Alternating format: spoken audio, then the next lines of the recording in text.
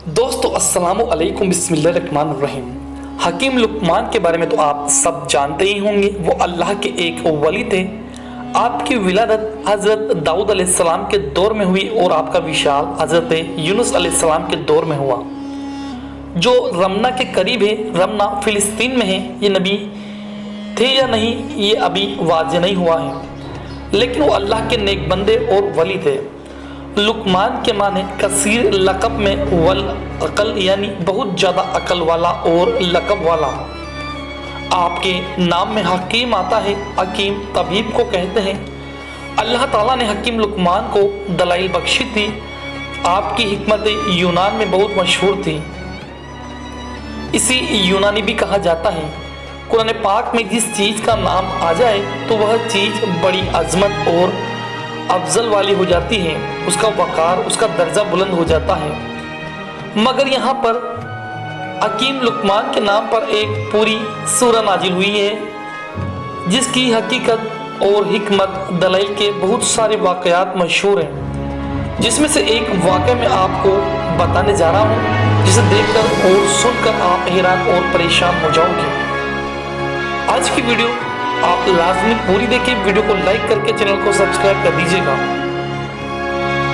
दोस्तों कहा जाता है हकीम लुकमान के दौर में एक बेजुबान हर बेजुबान को जवान थी। जड़ी बूटियां खुद बोलकर हकीम लुकमान को बता देती थी कि हम किस मर्ज की दवा हैं, हमसे किस मर्ज की शिफा होगी।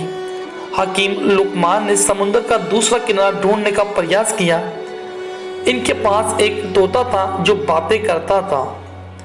हकीम लुकमान ने अपनी हिकमत से जड़ी बूटियों को पीसकर एक ऐसी दवा तैयार की जिसको खाने के बाद तोता बिना कुछ खाए पिए, बिना थके 6 महीने तक लगातार उड़ सकता था।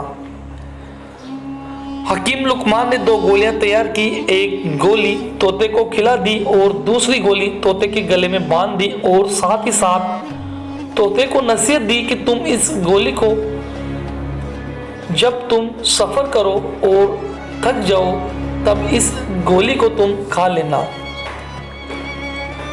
दूसरी गोली भी उसके गले में लटका दी और वहीं से कहा अगर तुम थक जाओ तो वापस आ जाना। तोते ने अपना सफर तय करने लगा। तोते का अपना सफर जारी रखे हुए 6 महीने का वक्त बीत चुका था, लेकिन समुद्र का दूसरा किनारा नहीं आया। तोते को उड़ते हुए 6 से ज्यादा महीने हो चुके थे, अरसा बीत चुका था। अब इसे भूख और प्यास महसूस होने लगी और भूख का एहसास होने लगा था। जहां वो पहुंचा था उसके आसपास कोई दरख्त भी नहीं था। थोड़ी देर बाद उसे एक चट्टान नजर आती है, जहां तोता उस चट्टान पर आकर बैठ जाता है। वो चट्टान नहीं बल्कि एक बड़ी मछली थी। थोड़ी देर में मछली ने हरकत की तो तोता हैरान और परेशान हो गया। वो सोचने लगा ये चट्टान कैसे हरकत कर रही है। जब मछली ने अपना मुंह बाहर निकाला तो वह भी तोते को देखकर हैरान रह गई और कलाम करने लगी, क्योंकि उस वक्त हर चीज को जवान थी। मछली ने पूछा तुम कौन हो और यहाँ कैसे आए हो। तोते ने कहा पहले तुम बताओ तुम कौन हो और तुम यहाँ क्या कर रही हो। तो मछली ने कहा मैं इस समुद्र की मखलूक हूँ। तोते ने कहा मैं अल्लाह की पनाह चाहता हूँ। मैंने इतनी बड़ी मछली मेरी लाइफ में, मेरी जिंदगी में कभी नहीं देखी।